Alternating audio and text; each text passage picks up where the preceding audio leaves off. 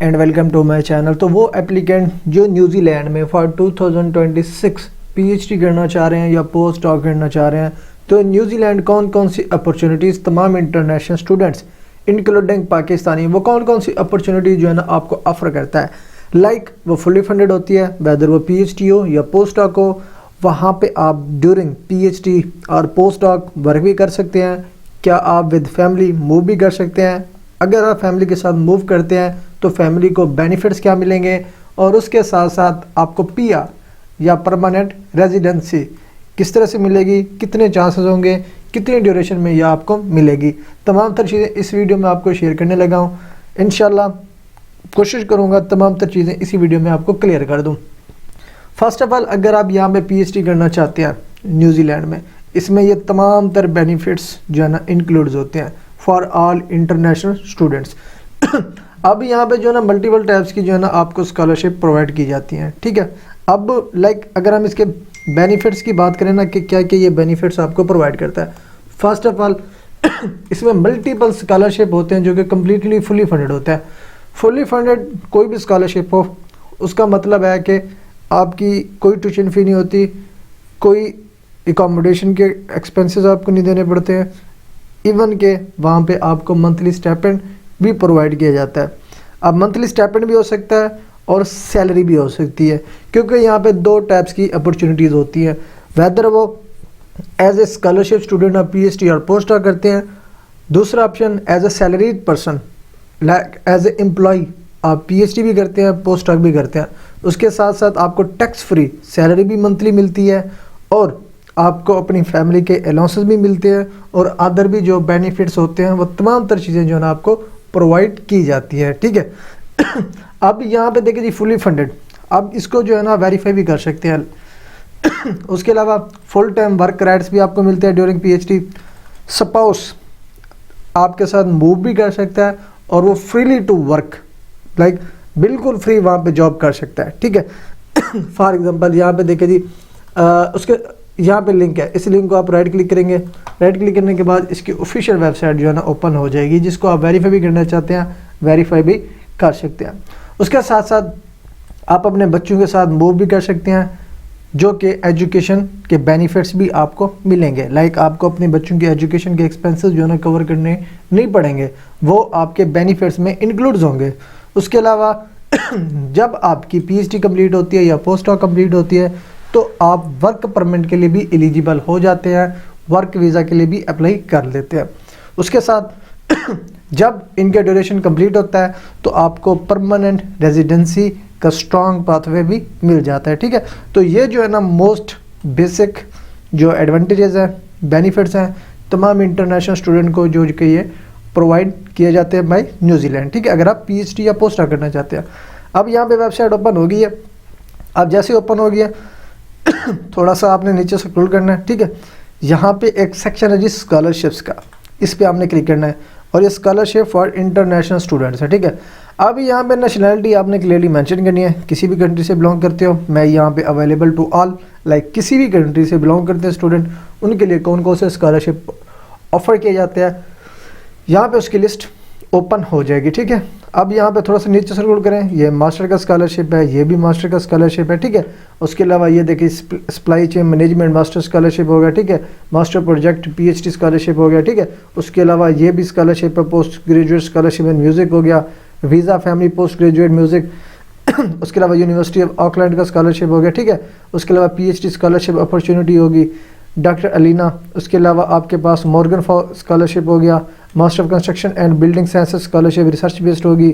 उसके अलावा जो one of the most famous scholarship है न्यूजीलैंड का, जिसको हम कहते हैं मनाकी स्कॉलरशिप, जो कि यूनिवर्सिटी ऑफ ओटागो जो है ऑफर करती है। वेदर आप पीएचडी करें, वेदर आप मास्टर करें, वेदर आप पोस्ट डॉक करें, ठीक है। उसके अलावा यहाँ पे देखिए university of Otago new frontier entrance scholarship हो गया, ठीक है। Near eastern archaeology foundation grant aid होगी, ठीक है। न्यूजीलैंड लॉ फाउंडेशन हो गया।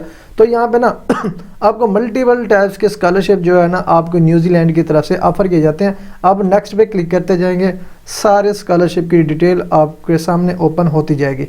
ये सारे स्कॉलरशिप हैं जो कि तमाम इंटरनेशनल स्टूडेंट्स को ये स्कॉलरशिप जो है ना ऑफर किए जाते हैं। अब किसी भी स्कॉलरशिप की डिटेल देखना चाहते हैं ना, सिंपली फॉर एग्जांपल मैं जो है ना आपको मनाकी स्कॉलरशिप की डिटेल दिखा देता हूँ कि मनाकी स्कॉलरशिप है क्या, इसके क्या बेनिफिट्स हैं।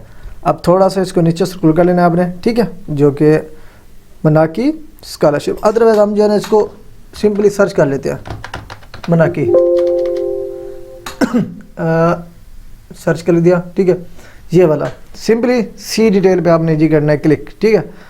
आप इस डिटेल पे क्लिक करेंगे, फर्स्ट ऑफ ऑल इसका एलिजिबिलिटी क्राइटेरिया आपके स्क्रीन के सामने ओपन हो जाता है, ठीक है, कि कौन से स्टूडेंट एलिजिबल है। अब इसका जो है ना उन्होंने लिंक दे दिया है कि ये लिंक है, इस लिंक को जो है ना आप एक्सप्लोर करें, ठीक है, सेपरेट। इसको आपने यहाँ से जी करना है कॉपी करने के बाद न्यू ब्राउज़र पे जाके इसको करना है जी इंटर इंटर करेंगे तो उसकी स्पेसिफिक वेबसाइट्स ओपन हो जाएगी जो उसने रेफ़र किया, ठीक है, उसकी डिटेल हमें फिर वहाँ से मिल जाएगी, ठीक है, जहाँ से आप कंप्लीट इन्फॉर्मेशन देखना चाहते हो देख सकते हैं। उसके अलावा यहाँ पे एक ऑप्शन है जी अप्लाई फॉर स्कॉलरशिप। अब इस पर हमने क्लिक करना है, इधर आके हमने एप्लीकेशन जो है ना सबमिट करनी होती है, ठीक है।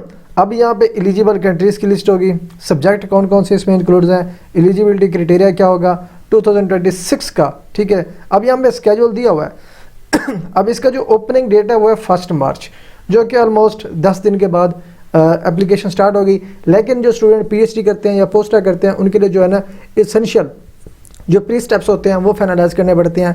लाइक आपको सुपरवाइज़र या प्रोफेसर से अपना प्रपोजल जो है ना एक्सेप्ट कराना पड़ता है, उधर से एक्सेप्टेंस लेटर जो सुपरविजन लेटर आपको लेना पड़ता है, क्योंकि स्कॉलरशिप कोई भी हो, किसी भी कंट्री का स्कॉलरशिप हो, उधर जो फर्स्ट मैंडेटरी स्टेप्स होते हैं वो होते हैं आपके एक्सेप्टेंस के।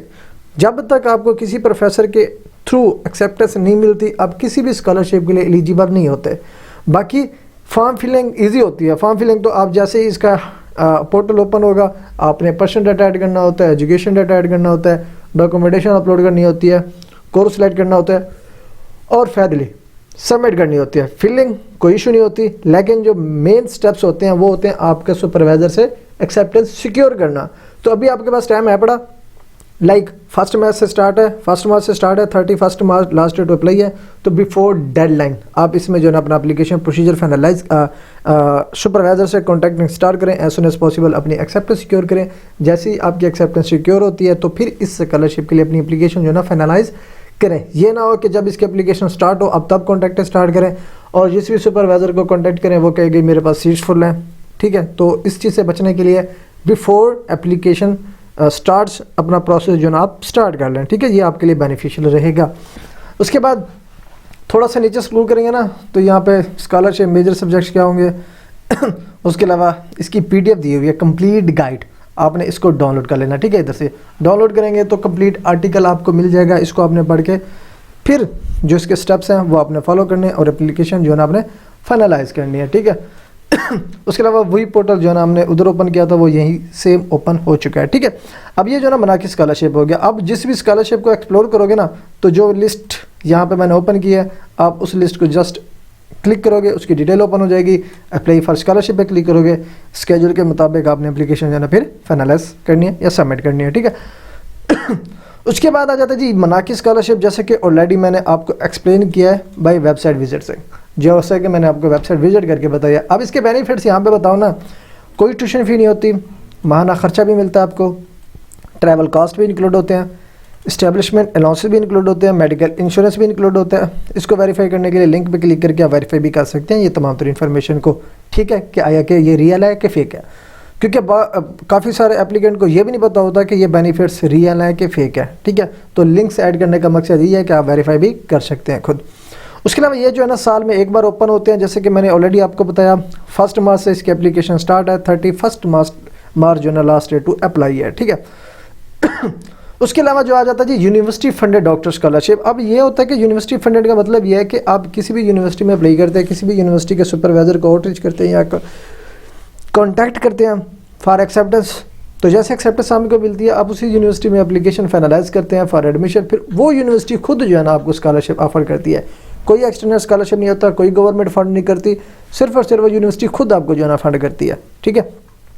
अब यहाँ पे कुछ पिक्चर्स ऐड की हुई हैं। अब इसके बेनिफिट्स क्या होंगे, लाइक अगर आप यूनिवर्सिटी के लिए अप्लाई करेंगे ना तो यूनिवर्सिटी एक तो आपकी ट्यूशन फ़ी बिल्कुल फ्री कर देगी, मंथली स्टाइपेंड आपको 35,000 प्लस जो न्यूजीलैंड डॉलर है वो आपके दिए जाएंगे, और उसके साथ साथ जो मेजर चीज़ होती है वो रिसर्च एक्सपेंसेस, रिसर्च फंडिंग वो आपको खुद प्रोवाइड करेंगे, ठीक है।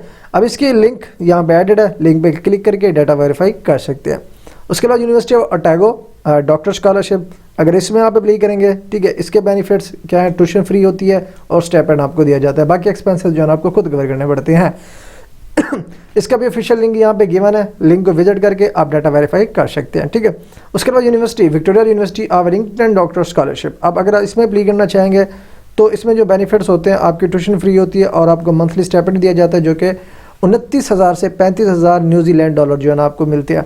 इसको भी वेरीफाई करने के लिए इस लिंक पे क्लिक करके अपनी जो इन्फॉर्मेशन है वो इनकी वेबसाइट से भी ले सकते हैं।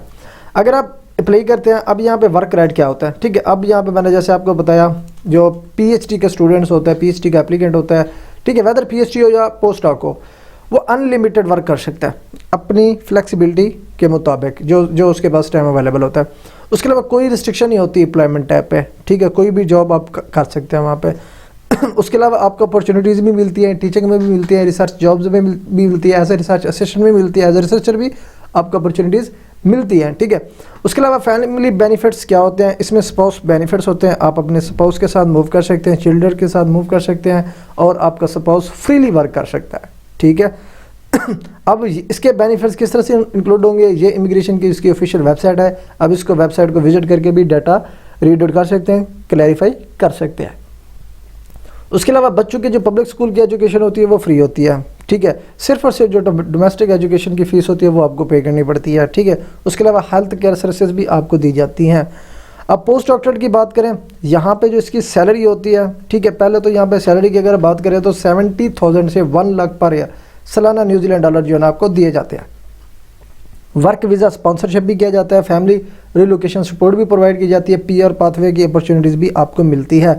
अब ये तमाम तरह जो पोस्टा की अपॉर्चुनिटीज़ हैं वो यूनिवर्सिटी की वेबसाइट पे एडवर्टाइज़ की जाती हैं और उसके अलावा एकेडमिक जॉब पोर्टल्स है, इधर भी एडवर्टाइज की जाती हैं। रिसर्च प्रोजेक्ट अनाउंसमेंट्स भी की जाती है। रिसर्च प्रोजेक्ट मतलब ये होता है कोई स्पेसिफिक एक टॉपिक होता है, एक स्पेसिफिक प्रोजेक्ट होता है जिसके ऊपर रिसर्च करनी होती है, उसके लिए जो है ना स्टूडेंट को हायर किया जाता है एज ए एम्प्लॉय। तो फिर जो इसमें बेनिफिट्स इंक्लूड होते हैं उसमें आपको सैलरी भी मिलती है, वीज़ा भी स्पॉन्सर किया जाता है, वर्क वीज़ा भी दी जाता है, फैमिली के साथ मूव करेंगे तो रिलोकेशन सपोर्ट भी प्रोवाइड की जाती है, पीआर के ऑप्शन भी आपको मिलते हैं, ठीक है। अब जो स्टूडेंट पीएचडी कर लेते हैं तो वो वर्क वीज़ा के लिए भी एलिजिबल हो जाते हैं जो कि अप्रॉक्सीमेट 3 साल के लिए, ठीक है। और वो वर्क भी कहीं पर भी करना चाहे न्यूजीलैंड में किसी भी सिटी में किसी भी एरिया में तो वो कर सकते हैं। इस लाइन को वेरीफाई करने के लिए यहाँ पर मैंने लिंक ऐड कर दिया है, इस लिंक पर क्लिक करके आप ये जो है ना वेरीफाई कर सकते हैं, ये रेफरेंसेस का एडेड है, ठीक है। उसके बाद परमानेंट रेजिडेंसी, परमानेंट रेजिडेंसी मतलब कि क्या होता है, आपको जब New Zealand provide strong PR option for PhD graduates through skilled migrant category green list occupations academic and research development. अब इसमें से किसी भी कैटेगरी के अंडर आप फॉल करेंगे, आफ्टर पीएचडी ग्रेजुएशन जॉब करेंगे, जो भी करेंगे उसी के अंडर जो है ना आपको पीआर का ऑप्शन दिया जाता है, ठीक है। उसके अलावा वीज़ा प्रोसेस क्या होता है, कोई एम्बेसी इंटरव्यू नहीं कंडक्ट करती, कोई लॉन्ग अपॉइंटमेंट डिलेज भी नहीं होते, ट्रांसपेरेंट डॉक्यूमेंटेशन प्रोसेस होता है जिसकी वजह से एक one of the most easiest जो डेस्टिनेशन होती है वो कंसिडर की जाती है न्यूजीलैंड को, ठीक है। उसके अलावा कंक्लूजन की ये बात करते हैं कि फॉर एग्जांपल ये तो आपको एक अट्रैक्टिव पैकेज प्रोवाइड करता है फॉर ऑल इंटरनेशनल स्टूडेंट जो पीएचडी करना चाहते हैं या पोस्टा करना चाहते हैं। अब जब आपको फंडिंग मिल जाती है तो वो कम्प्लीटली फुली फंडेड होती है, वर्क राइट्स भी आपको मिलते हैं, फैमिली सपोर्ट भी आपको मिलती है, क्लियर परमानेंट रेजिडेंसी पाथवे भी आपको दिया जाता है, ठीक है। इसी की वजह से जो है ना मैक्सिमम स्टूडेंट का जो रुझान है वो न्यूजीलैंड की तरफ जा रहा है, ठीक है। तो ये तमाम तरह डिटेल है, अगर आप न्यूजीलैंड में पीएचडी करना चाह रहे हो या पोस्टा करना चाह रहे हो। इसका जो अभी इनटेक है नियर टू ओपन है, तो बिफोर एप्लीकेशन ओपन आप as soon as possible PhD students और पोस्ट डॉक्टर स्टूडेंट्स अपना जो है रिसर्च एरिया डिफाइन करें, अपना टॉपिक डिसाइड करें, उसके रेलिवेंट प्रोफेसर को शॉर्टलिस्ट करें यूनिवर्सिटीज़ में से, उनको कांटेक्ट करेंगे फॉर सुपरविजन फॉर एक्सेप्टेंस। फिर जैसे ही किसी भी यूनिवर्सिटी के प्रोफेसर को आप एक्सेप्टेंस मिलती है या वो सपोर्ट करता है किसी एक्सटर्नल स्कॉलरशिप के लिए, तो जैसे ही आपका एक्सेप्टेंस सिक्योर हो, लेटर सिक्योर हो, बिफोर डेडलाइन अपनी फॉर्म फिलिंग फाइनलाइज करें और रिजल्ट अनाउंसमेंट का जो है ना वेट करें। तो ये ओवरऑल प्रोसीजर है। अगर आप न्यूजीलैंड में इंटरेस्टेड हैं तो ये तमाम तरह बेनिफिट्स तमाम इंटरनेशनल स्टूडेंट को जो है ना ऑफ़र किए जाते हैं।